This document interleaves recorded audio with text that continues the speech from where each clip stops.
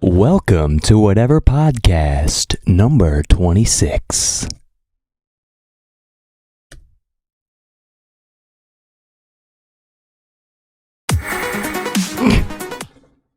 Let's try that again.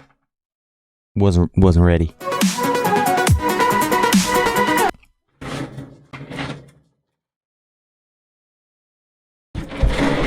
Welcome to whatever podcast number 26. That's right, folks. We've made it to number 26. It's only taken us fucking like 3 years. Listen, this week, folks, we're talking about Joe Budden and his interesting relationship with his dog. If you're thinking dirty, then you're thinking right, buddy. Why people are canceling Netflix. Here we go, more cancel culture. I said it wasn't going to be controversial. Things might get a little controversial. Just saying. Not really. And why I upgraded to this microphone. We're going to be talking a lot about that and so much more. So stay tuned. Don't go anywhere. And yes, for those of you audio listeners out there that aren't watching this on video, this is a new microphone, if you can't tell by how beautiful it makes my voice sound. But we're not going to talk about that from the start. You got to wait for that. That's going to be at the end of the podcast. I want to, never mind. You know what? I'm not going to say it. I don't like talking about things that I want to try. Like, I just have to do it. If I want to try it, then I'm going to do it, okay? But if this podcast is shorter than normal, it's for a reason. I'm trying something out. I want to try something out. I'm not going to say what it is because, I may quickly find out, I don't want to do that. But we're going to try it, okay? Jesus, give me a break here, people. Update, by the way, on the AirPods 3 Pro. As you may or may not know, in the last podcast, I did a tech review, as you could call it, I guess. But it turned out to be an epic fucking fail. Totally ruined the podcast. The whole, last 20 minutes of the podcast just ended up being me trying to figure out how to get these fucking cheap-ass AirPods to work with my phone, because it kept freezing it up. So thanks a lot for that, Wish.com or whoever the fuck makes AirPods 3 Pro. They suck! And they don't even compare to the $300 AirPod Pros, the real deal. Actually, I take that back. So, here's the funny thing, right? So, after I filmed that podcast, I went upstairs. I was like, because I told my mom I was going to give them to her after I did the video. And so I gave them to her. I was like, good luck, because they didn't work for me. And, she's not really tech savvy at all, actually, and so I thought she'd need help setting it up, but I gave them to her. I was like, good luck, I'm not even going to try. And then I went upstairs, and then I came back down a little later, and she's sitting on the couch, dancing, listening to music in her earbuds. I'm like, wait, those are actually working? She goes, yeah, listen. They work perfectly fine for her phone. So I don't know, maybe something wrong with my phone, or maybe they don't work well with, I got an iPhone, the latest one, whatever. I actually don't even, what the fuck is it called? 11 fucking Pro or some shit? What? Yeah, the iPhone 11 Pro. The one with the 3 cameras. That's the newest one, right? Yeah.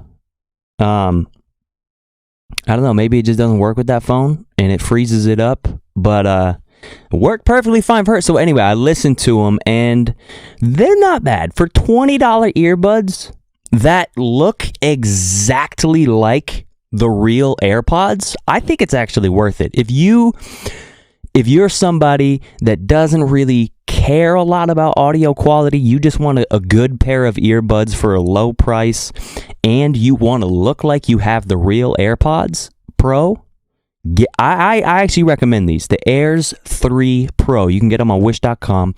Fucking $20. It's going to take like a month to ship to your, well, I guess depending on what country you live in, but for the US at least it takes a few weeks at least. But I think it's worth it, man. If it fucking looks exactly like the real deal, and that's hard to do. I mean, it feels cheaper, but And like I said, they don't sound bad. They're very bassy. And a little telephony, you know, like normal, like fucking cheap earbuds or headphones normally are. Anyway, you guys see this fucking beard I'm growing? I'm not really growing a beard. This is when I don't shave for like a week. Prepubescent beard looking. See, that's why, like, I keep going back and forth. I'm like, should I just wait it out and just keep trying, just don't shave for a few months and just see if I can grow something that looks decent to, you know? But my face isn't ready for it. It's not ready, dude. It doesn't grow in here. It doesn't grow. My mustache doesn't connect with anything. This is all, I got a little patch here and then right at the bottom of my chin, but not at the front of my chin. It's a mess, dude. But I got some hairs in the front of my chin. It's really fucking weird. And then some of the hairs are like blonde. I don't know what that's about. Why am I talking about that? And I usually shave right before I film something. I'm like, fuck it. I'm just gonna go for it. I'll tell you what, though. I was, a couple weeks ago, I had grown it out. The longest I had ever grown it in a long time. And when I went to shave it, I was like trying different things. I think what I want to do is I want to go for a goatee mustache combo, but not one that connects, but just mustache goatee like a French person. I think that would look really good on me. Is that weird to say? Do you agree? Comment below. All right, we're moving on. Cuties, guys. CancelNetflix is trending because of their new original film. I guess it won at a film festival and Netflix took it and said, yeah, put it on our platform. This movie is fucking disturbing. Not in a good way, not like in a good ass horror movie way, but in like a real, like it's literally borderline child pornography. That, I mean, I'm just gonna be straight up. That's what it is. It's the closest you can get to child pornography while still somehow technically being legal. And I get so, and I was looking into like if I look up CUTIES review. This person left a really good review, and they said they watched a clip with the director talking about the movie. And first of all, the director is female, which I was thinking. By the way, I didn't even get to watch the whole movie. I watched part of it, went to another scene, watched part of it, went to another scene, and I was just like, this just feels so wrong. Just the dancing in tight clothes and just blatantly camera zooming in on their asses and not even asses, dude. They're fucking 12. They're zooming in on their little butts.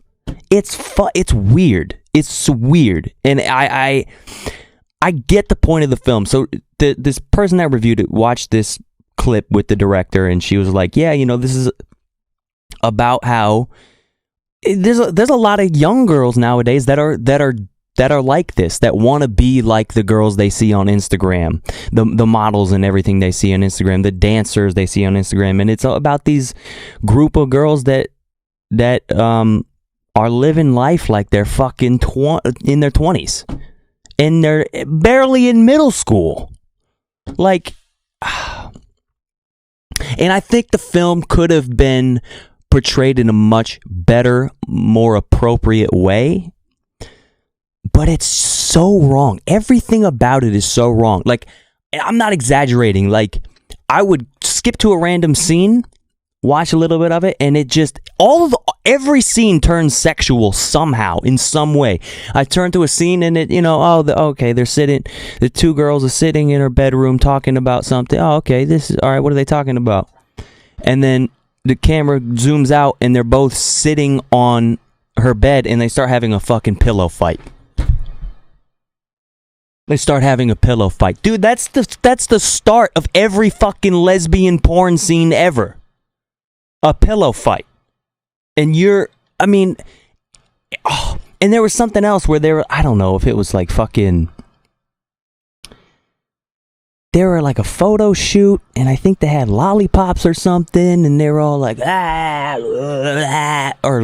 popsicles. It was like, it was unbelievable. It was blowing my mind. I was like, how is this okay? This is, and at first I was like, the director of this is fucking a pedophile, and it's blatantly obvious. But then come to find out the director's a female, so it totally fucking screwed my whole thing up. But there's something wrong there. I think I just read an article that was talking about how some people that made the movie are going to court. Which, yeah, they need to investigate that shit because there's something wrong. Like, there's no... Who allowed that? By the way, canceling Netflix, I don't think we should be canceling Netflix. I think we need to get to the root of it. The people that worked on the movie that for some reason had to make the movie that sexualized and just, I mean, it's just so wrong. Thoughtful coming of age drama, and that's what it is, dude. It's a coming of age drama for little girls, and I think it's accurate. But again, just the way the movie was shot, and just the way that they have to, it's like they're purposely referencing sexual porn scenes in every scene, or just like every scene somehow turns sexual, and it's unnecessary, and for them to be that young, I don't know, man. Something needs to be done there. Like, I think it should be taken down, definitely, and reworked. You got to rework it. There's literally a scene of the main character, who I looked up, who is literally 12 years old, right? And they're getting a shot from her from a side angle, and she's sitting on the floor. She stole her brother's phone, ran into the bathroom, locked the door because she wanted to take nudes.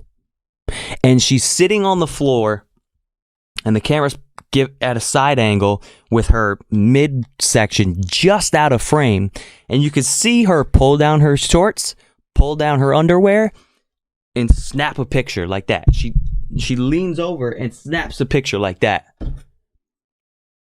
And I'm, what? Dude, first of all, do 12-year-old girls start sending nudes at 12? That, I just totally said that wrong. I said 12-year-old girls start sending nudes at 12.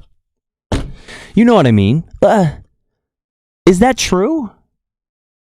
If so, you don't need to teach me that through a fucking film like that. I don't know. I think it's weird, man. I don't recommend checking it out, but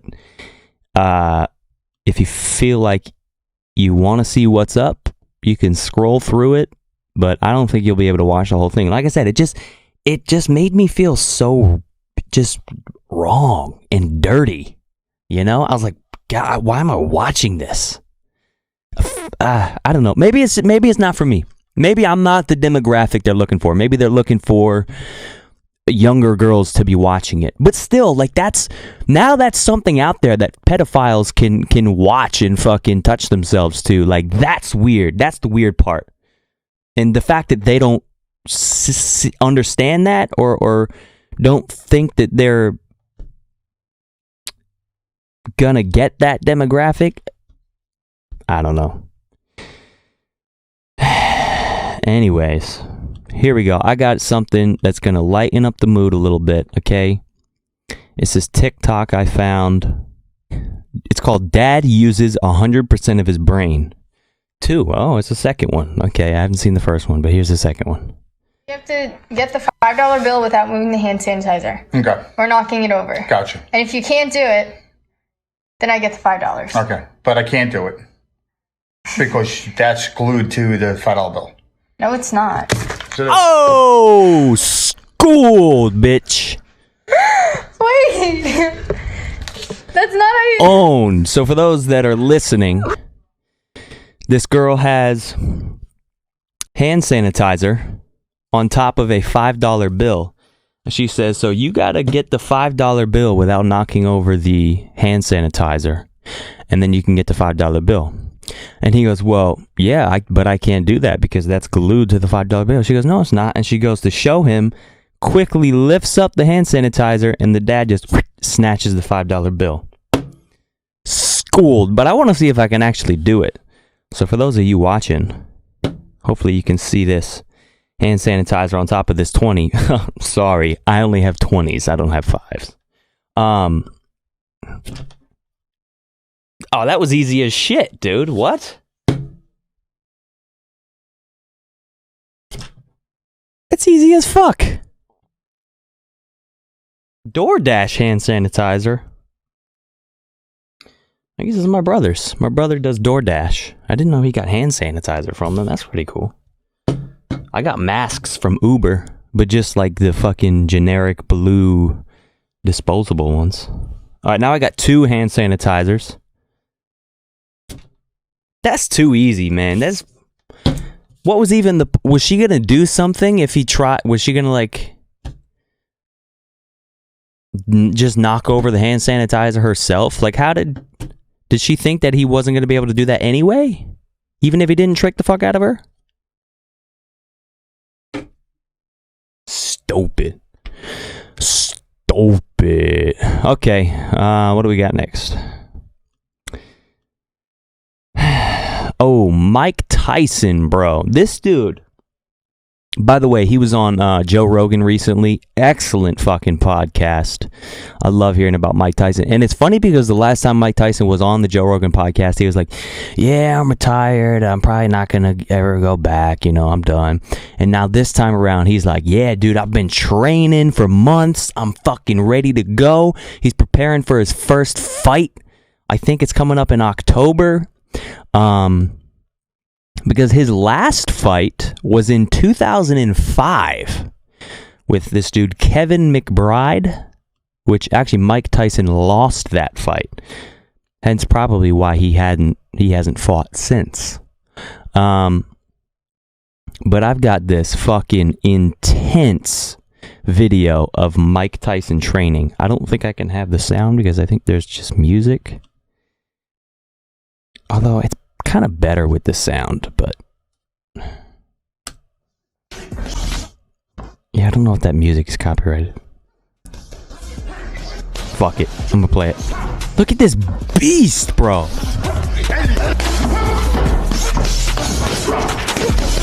Jesus.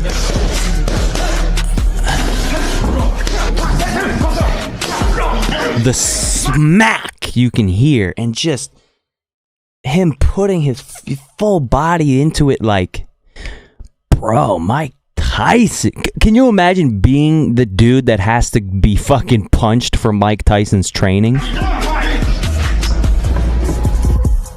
I'd be terrified.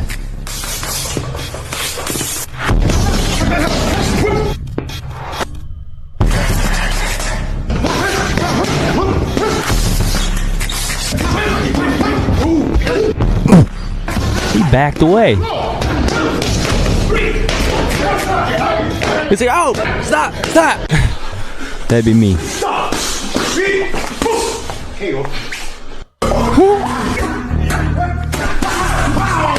This dude's backing away. Look, he backed away.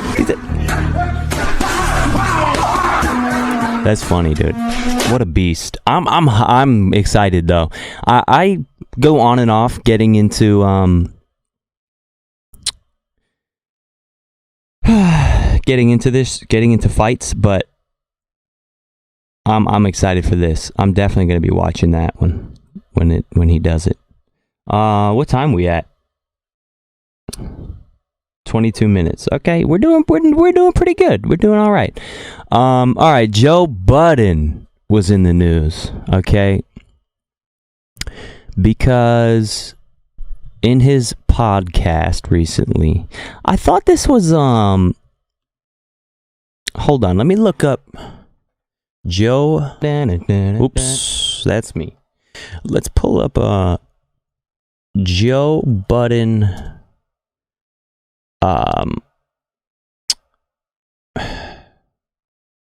Well, let's just look up Joe Budden in news, because I thought there was rumors about him being physically abusive or something, or I don't know. There was actually supposed to be something else I was talking about, but then it came up that, I guess he said, I don't fuck dogs. I don't know. You guys can listen to this for yourselves. I'm not going to show the video because it's not necessary, but I'm just going to play the audio of him saying this on his podcast, okay? It's a girl. We're just using slurs. Don't worry about it. Why do I always want to make the dog feel good by playing with their fucking privates? Yeah. So they like that. Stop raping my dog. That's how I know that he's not a real animal lover. Because I don't play with my pets. Anybody with a pet, you come on, you did a little something down there, man. Anybody with a pet, come on, you do something down there. How do people listen to his podcast with that voice? Anybody out there with a dog, is a dog lover, did a touch of the dog? Really? Dude, and then he tried to say that he was joking. He said, no, I don't fuck dogs. I don't do that. Look how... Privates. Dog feel good by playing with... Why do I always want to make the dog feel good by playing with their fucking privates? I mean, that sounds dead-ass serious to me. He looks serious. And then not only that... Stop raping... He's not a real lover. Because I don't play with my pets. Anybody with a pet, you come on. He's so confidently is like... Like, this dude's crazy. He don't touch his dog. He's not a real animal lover. Come on, guys. Y'all are animal lovers too, right? And they're like, what? You do what? Nobody's on your side, Joe. And you're realizing that. And so now you're trying to tell people that you didn't mean it.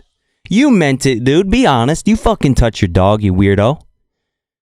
Which, by the way, just like,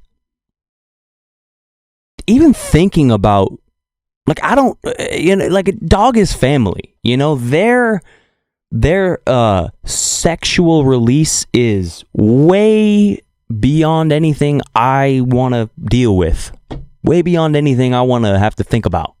If they need to release themselves or satisfy themselves sexually, they'll fucking figure out a way. That's not your responsibility, bro. They'll figure it out.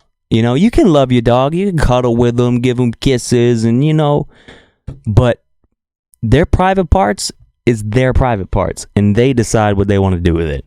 That's how I feel. My old dog, Gizmo, who I've talked about on this podcast, he had a monkey, a very specific stuffed monkey that he would make love to every day, multiple times a day.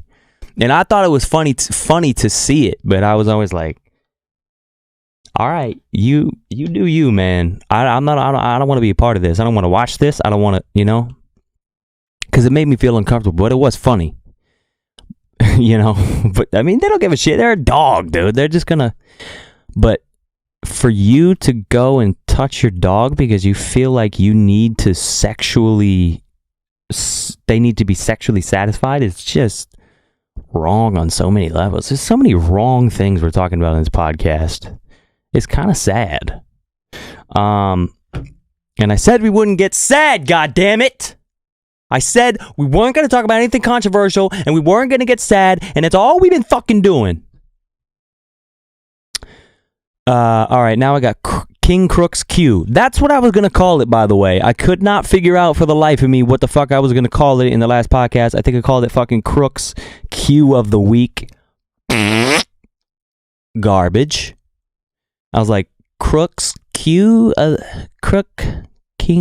CROOK'S question of the week, garbage. King CROOK'S Q. I like that better because it almost sounds like it's King CROOK'S Q. It almost sounds like it's KKK, but it's not at all. It has nothing to do with KKK, and it's KCQ. He said, who was the first person to say lyrical miracle in rap? Which, by the way, never fucking say lyrical. If you're writing lyrics, okay, never say lyrical miracle. I have a personal rule when I write lyrics. When I'm thinking of a rhyme, usually the first few rhymes that I think of, I never use. Because you want to try to use words and rhyme words that other people haven't. You know what I mean? So, hold on, let me look. First time lyrical miracle was rapped.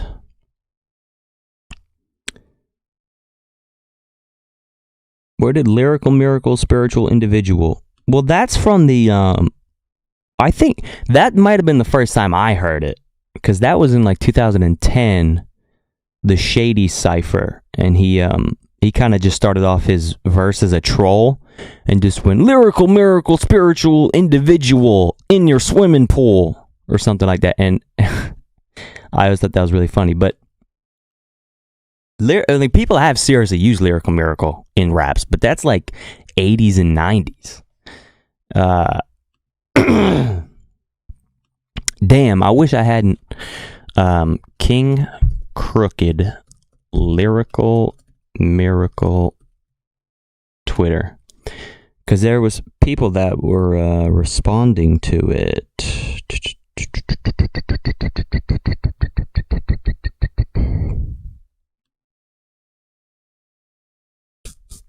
I never use, so some of my personal rules for rhyming, never use some of the first rhymes that come to your head, because, you know, that's probably the first rhymes that come to other people's head. And you want to use rhymes that are unexpected. That's how you get that satisfaction feeling when you hit a rhyme in the groove. You know what I mean? If you're just saying things that people have said a million times, rhyming things is like, oh, okay, he just rhymed that. Oh, great. Yeah, wow, how original. You know, and I also never rhyme one syllable words unless it's absolutely necessary. Like, if there's like a word, if there's just like a word play or a punchline I'm building up to, and one syllable rhymes is just the only way for me to really hit that punchline hard, then okay, fine. But for the most part, it's like you gotta have multi-syllable rhymes. Like, I mean, think about how much rap is out there and how long people have been doing rap. Like, all one syllable rhymes have been rhymed before. Like, there's no, you know what I mean? Somebody, you know, weak, geek, shriek, bleak. People have rhymed that. Somebody's rhymed that in a song before. Guaranteed. All right, where's this tweet? Who was the first person to say lyrical miracle in rap? Sorry, I had to keep clearing my throat.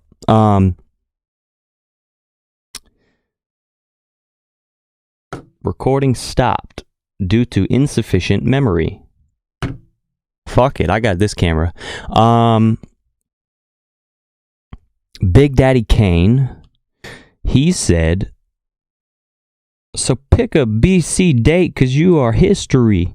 I'm the authentic poet to get lyrical. For you to beat me, it's gonna take a miracle. Okay. What else?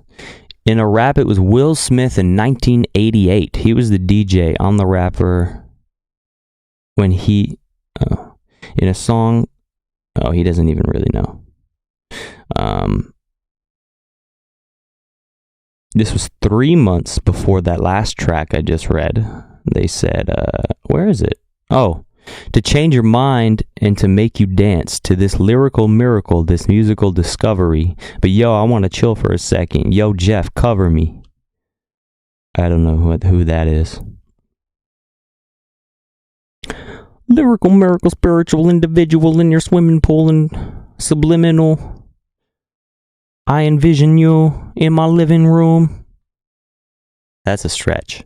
But anyway, dude, don't rhyme lyrical miracle. Don't rhyme. I could go on a tangent about things that you shouldn't rhyme. But just usually the first rhymes that come to your head when you're thinking of rhymes, don't use those unless you absolutely have to. Unless it really works and you can maybe add some inner rhymes or some wordplay or something to it. Don't just have a line where it's just about the rhyme and you're using rhymes that other people have used. That's not original. That's so unoriginal, bro.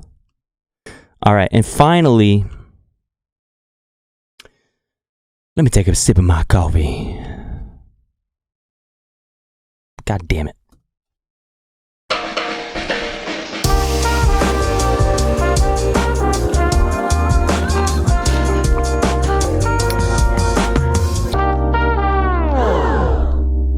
All right, folks. I've got a new microphone, and I'm going to talk to you about it. I'm going to talk into it about it to you, if that makes sense. So I chose the Electro-Voice RE20. That is this microphone right here. Over the SM7B. Why would I do that? All podcasters and streamers nowadays are using the SM7B. Well, for those of you that don't know, this microphone is probably the most used microphone in radio stations across the United States. And for a good reason. I mean, it has just a very radio sound to it. And actually, one of the main reasons I chose this one is I found an online audio, a blind audio test, where this dude had 10 different audio clips. He had a very nice radio voice. He talked into 10 different dynamic microphones and just read the same short story. And you go and you rank them, and you email him your ranks, and then he emails you back with actual names of the microphones. And so I did it. I listened to them all, broke it down to the top 4, then I broke it down to the top 2, and then I was like, you know what? This one is it just sounds the most real. It sounds like that's how I would hear this dude's voice in real life. And so I was like, that's the one. I was like, that's number 1. And I think I ranked my top 4. And believe it or not, that number 1 was the RE20. He's like, yeah, the RE20 is my favorite too. I think the Shure SM7B almost sounds a little muffled compared to the RE20, just because, and I think it's just because the frequency response, if you compare the two microphones, the SM7B, the low end frequencies kind of dip out, and the high-end frequencies also dip out, which help with certain things, I know. But it's very flat in the mid-range, which is why it's very versatile. A lot of people, it just sounds real in you know. And then the RE20, it's almost the opposite. It's kind of got a little bit of a boost in the bass frequencies, and it's got a little bit of a boost in the high-end frequencies. So it gives you the extra bass for just an added radio voice sound. It gives you a little more bass to your voice. And the high-end frequencies, it gives a little added clarity to the S's and the details and the sounds and in my words. A little bit better than the SM7B, and it has some little dips in the mid-range frequencies, which just help accentuate the bass in the. So it's almost EQ'd for podcast radio type situations without needing to EQ it. Like, I'm not going to EQ this at all. I probably will in the future, but not that it needs it. I mean, I think it sounds really good just naturally. And there's a little bit of compression I'm going to be doing in noise reduction, but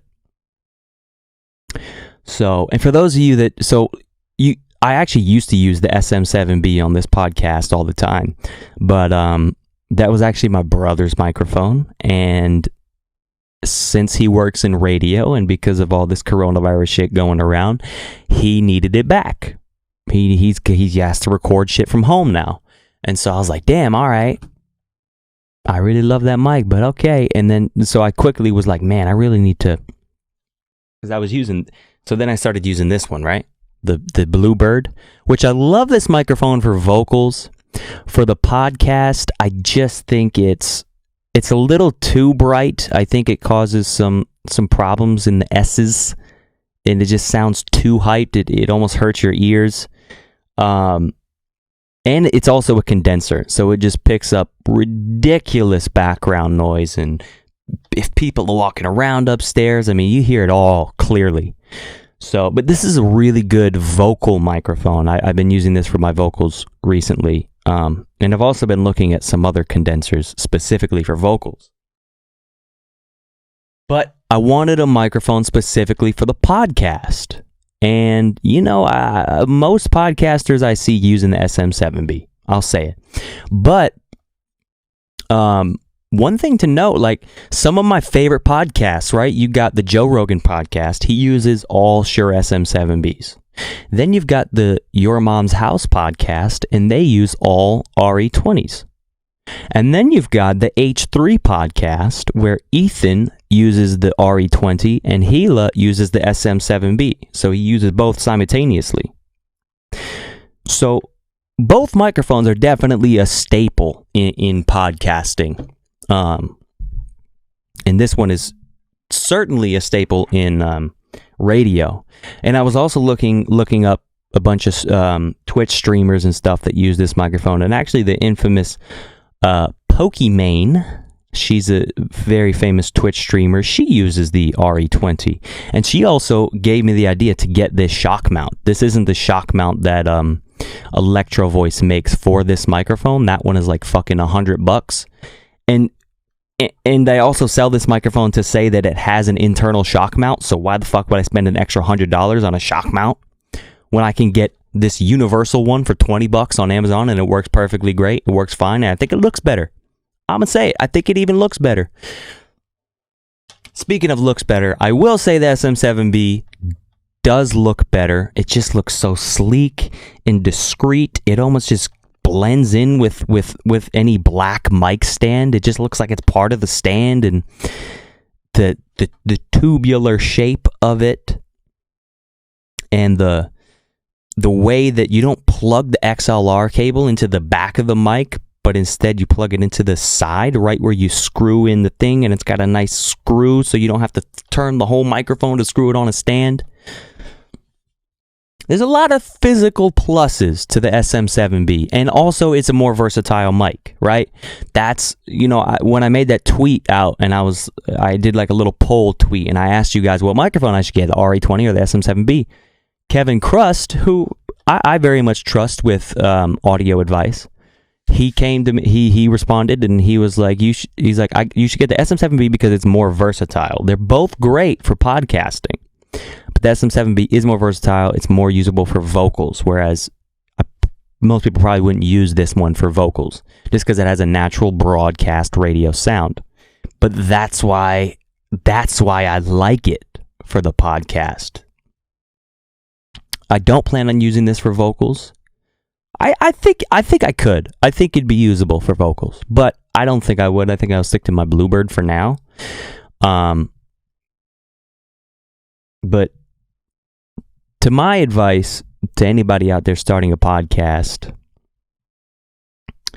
These are, I mean, the RE20 and the SM7B are top end. Like if you're able to and willing to save up the $400 to $500 to buy this stuff, to buy this mic or the SM7B, then I say fuck it, dude. Do it. Save up, get one of them, and then you'll just be set for life. Now again, if you get that SM7B, you get a really good podcasting, streaming mic, plus a really good vocal mic. If you get the RE20, you're really only getting a really nice podcasting, streaming, radio mic. But yeah, man, they're close. They're very, very close. They both have pretty flat frequency responses, which basically just means they both sound very true to life.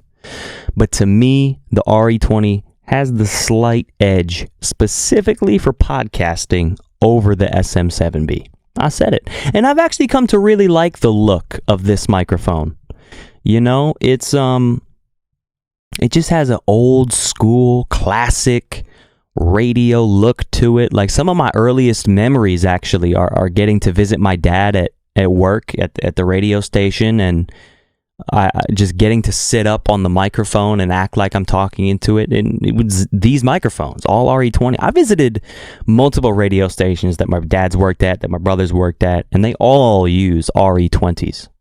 That's just literally the industry standard mic, and for a good reason. And it has been since like the fucking 50s or 60s. Like this microphone's mad old. Not this one specifically, but well, actually, I don't know how old this one is. I got this one used from eBay. I wasn't gonna say it. Now my video went out completely. Yes, dude. Woohoo! With the SM7B too, you have to get a cloud lifter because it's such a quiet microphone. You got to turn the gain up all the way on your preamp, so that's an extra $100. Whereas this microphone, I mean, it's not much louder, but you don't have to turn your gain up completely all the way, which seems to really introduce noise once you really hit that 100% thing. But I actually got this microphone used from eBay, so I don't know how old this microphone is, but I got it for $300, which is a good deal because it's normally $450. And this is also another factor of why I got this mic. I found this one in excellent, brand new condition, came in the original case and everything, for $300, saved $150.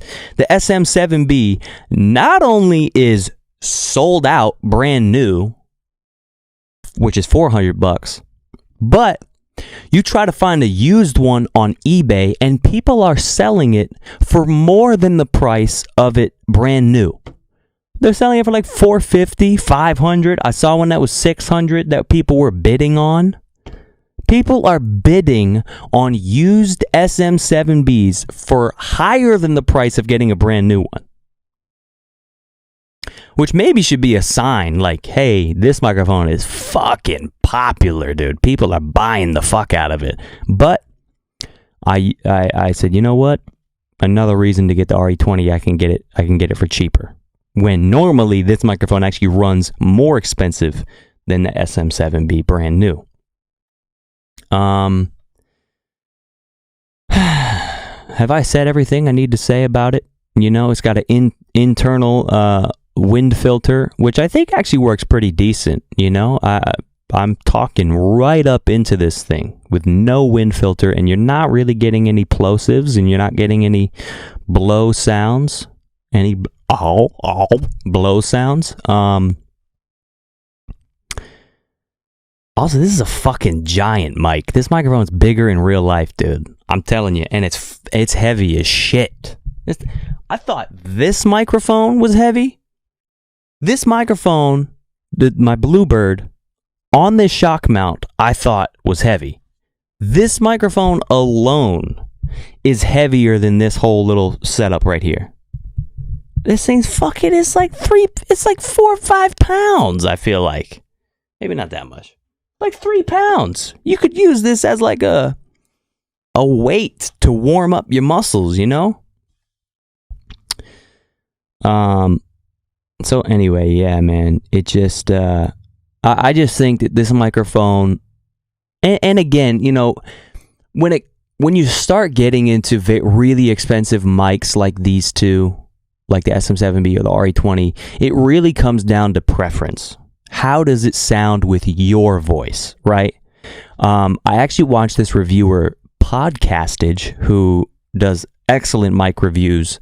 I mean, you name a microphone, he's reviewed it, and he's compared it to other microphones. Well, he's done the RE20 versus the SM7B, and in the end, he chose the SM7B, but only because it was slightly more versatile, and specifically, there's something about his voice that's kind of annoying that seems to come out more in the RE20 than it did in the SM7B.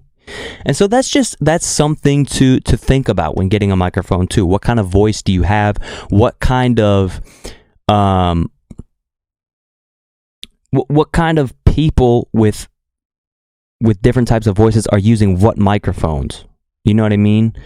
I think this microphone is really good for somebody that, especially male. Well, I can't even say male voices because, you know, Pokimane, the famous Twitch streamer, uses it, and I think she sounds great on it. But it's really good at if you have a male voice that's like kind of bassy but not really, and like not fully like radio bassy, but you want it to be a little more punchy and a little more bassy, this is the mic for you. You got to get it. I just think it sounds more professional. It sounds more radio.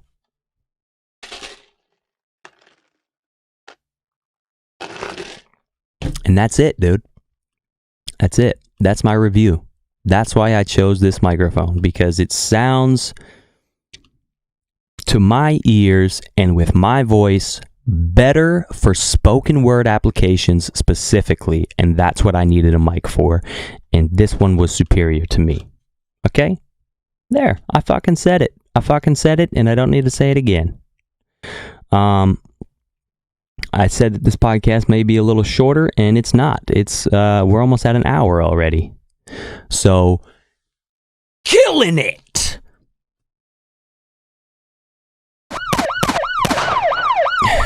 Killing it! But you know I can't leave you off without giving you some BARZZZ of the week. Now, some people ask me, why do you call it BARZZZ with 3 Z's? Is it just to be different, just to try to be edgy? Oh, you said BARZZZ with 3 Z's. No! It's because you've been sleeping on these BARZZZ. That's what the 3 Z's are for. You've been sleeping on these fucking songs with fucking bars. And you need to check them out. And I do it at the end of the podcast so you can just go right from here to go listen to them. So we got Conway the Machine with Juvenile Hell featuring Flea Lord, Havoc, and Lloyd Banks. Also just his whole new album that just came out, From King to a God.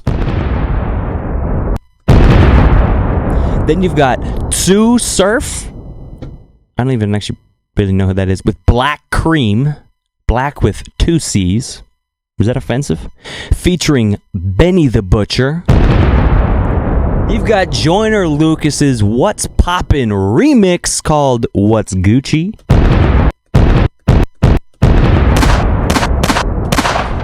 You've got Big Sean with the Friday Night Cypher, the fucking 9-minute Friday Night Cypher with a shit ton of people. Fucking Big Sean killed it. Royce the 5'9"? I think he may have actually had the best verse on there. I really love Royce's verse. And then, of course, Eminem, Slim Shady, always bringing that fire. And so there's so many more people on there. So many more. All these people from Detroit. It's fucking 9 minutes. Go check it out. Bars for days. And Black Thought with Good Morning featuring Pusha T, Killer Mike, and Swizz Beats.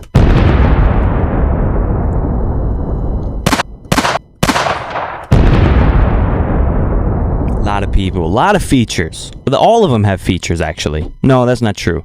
What's Gucci is only Joyner Lucas. But check those out, people. Oh, and one thing I forgot to say. Yes, I realized that this microphone visually is fucking perfect for this podcast. It fits the blue theme. It's got a nice gold grill. It's very, I mean, and just the style of it is very unique. And it fits the theme of the show. It fits the vibe. It just works. But this is a podcast. It's more about audio. I prefer the audio from this mic significantly over this for podcasting specifically. So get used to it, people. This is going to be, you know, I've changed my mic over from the start. I think I started with the Bluebird, and then I went to the Shure SM7B, and then I tried this old 50s microphone out this one time, and I tried another microphone out, and then I went back to the Shure SM7B, and then I went back to the Bluebird, and now I'm using the RE20, and this is it, fellas. This is it. This is a microphone that'll last you a lifetime. And this is the microphone I'm going to be using for the rest of the lifetime of this fucking podcast. There, I said it. I straight up said it. This is the microphone for the rest of this podcast future that I'm going to be using. That sounded really weird and didn't make sense. I don't even know what I'm going on about anymore. I want to thank you guys for listening. Man, was it a fucking podcast today. Went on for longer than I thought, but that's okay. We're doing good. Thank you so much for listening. By the way, if you're watching this on YouTube, don't forget this podcast comes out first on audio-only services like Spotify. Does it come out on Spotify? Yeah, it's on Spotify. Apple Podcasts. I mean, you name a fucking place that gives you podcasts, and the whatever podcast is on there. You can also tell your Alexa or Google Home or Siri to play the whatever podcast on any of those services. And it usually comes out, the audio usually comes out a full ass day before the video comes out on YouTube. So definitely, if you don't care to watch me talk and you just want to hear me talk and you want to be one of the first people to hear it when it comes out, then subscribe to the whatever podcast on those platforms. But then, of course, if you're one of those people like me, you prefer to have your full attention on the people and what they're talking about, and you'd rather just watch them talk, then you can wait for the video, and you can subscribe to my channel on YouTube. No, I'm not part of the Illuminati. I don't know why I did that. Or am I? Did I tell you guys I got an email to join the Illuminati? I'm not even fucking kidding you. I got an email to my business email, whatever, at nathanprovost.com. It was this long fucking thing about joining the Illuminati. I shit you not, dude. I was like, is this my time? And I quickly replied, I was like, yes, I'll be. I'm not kidding. I was like, yes, how do I become part of it? Fuck it. Take my soul. Whatever you need. No, that's not how it works. I wish. Okay, that's it, folks. I'll see you fucking, I don't know, in a few days, next week, in a few years. Who knows? Bye.